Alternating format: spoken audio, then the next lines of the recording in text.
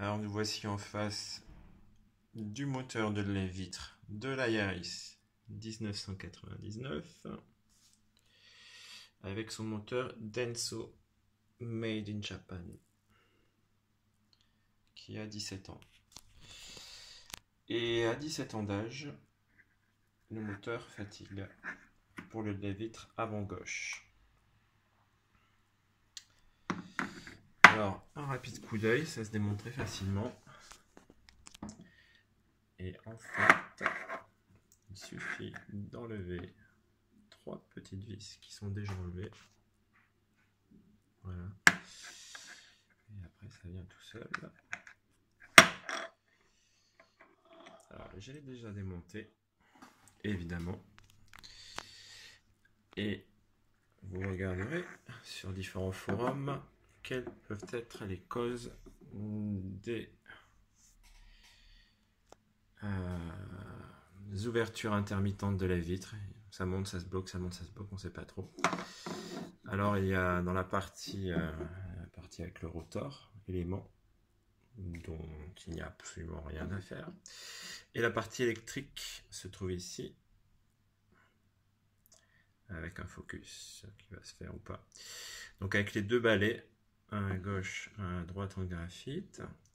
Et ce que j'ai rajouté, coupé un petit peu à l'arrache et soudé sur un bilame existant. Alors c'est un bilame thermique qui est là pour protéger le moteur.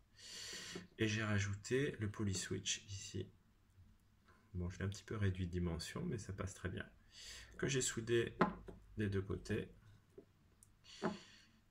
Et voilà, donc le polyswitch permet, lorsque le bilame qui est incriminé dans ce cas-là, par fatigue, va se déclencher de façon intempestive et bloquer la vitre, le polyswitch, lui, laissera passer le courant jusqu'à une certaine intensité, là en l'occurrence jusqu'à 10 ampères. Donc c'est un polyswitch 5-10 ampères, hein, 5 ampères de courant en régime de croisière, et ça coupe à partir de 10 pour éviter de griller le moteur, tout simplement.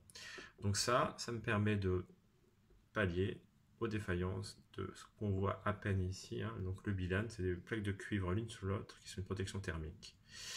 De l'autre côté, on voit un petit équipement qu'on croit être un polyswitch. On le voit à peine, hein. C'est un condensateur de découplage tout simplement, donc il n'y a pas lieu d'y toucher, contrairement à ce qu'on peut lire sur certains forums. Voilà, donc c'est pas terrible au niveau des... Voilà, c'est mieux comme ça. Donc c'est un petit condensateur en face qu'on devine, qui est soudé, hein, parce que je l'ai enlevé et remis. Voilà, donc ça devrait fonctionner et ce sera testé. Tout simplement, le bypass avec un polyswitch pour permettre à la vitre de monter et descendre. Bon courage!